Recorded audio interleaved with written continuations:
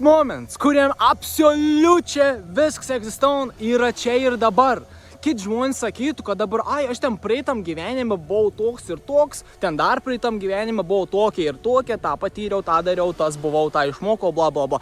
Ne, nebuvau jokį praeitą gyvenimą ir nėra jokį ateities tavo gyvenimą. Tai yra vienintelė asmenybė, katro tu esi dabar. Šitą asmenybę, katro tu esi, tas žmogus dabar šią momentą, tu niekada nebebūsi tokį pat identišką asmenybę. Tu vieną kartą patirsi būtent tokį asmenybę, kokio tu dabar esi.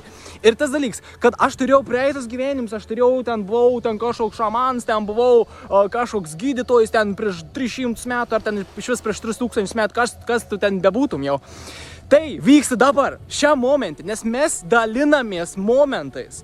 Dabar tas pats žmogus, kur tu galvoji, kad tu turėjai buvai praeiti, uns dabar šitą momentą irgi taip pat egzistuoja. Ir esmė tam, kad tavo sielos dalis, katra yra visa didžioji dalis. Tavo siela nėra tik tavo unikalvėjin siela. Tavo ta pagrindinė siela dabar galime ir įsiskiršys į 30, į 50, gal netgi 100 tūkstančių, jei nedaugiau žmonių vienu metu.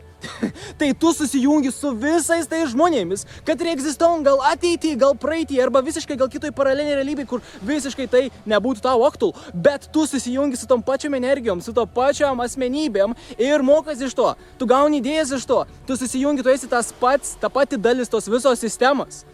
Tai tas dalykas, kad tavo praeitį gyvenimą neegzistuoja, tavo ateitis gyvenimą neegzistuoja, nes kas tu esi čia ir dabar, tas ir tu esi, ir tu susijungi su visom tom dalim, katros pagal laiko tėkmę buvo praeitie, iš tikrųjų vyksta dabar, čia ir dabar. Tai toks dalykas kaip praeitis gyvenimas neegzistuoja.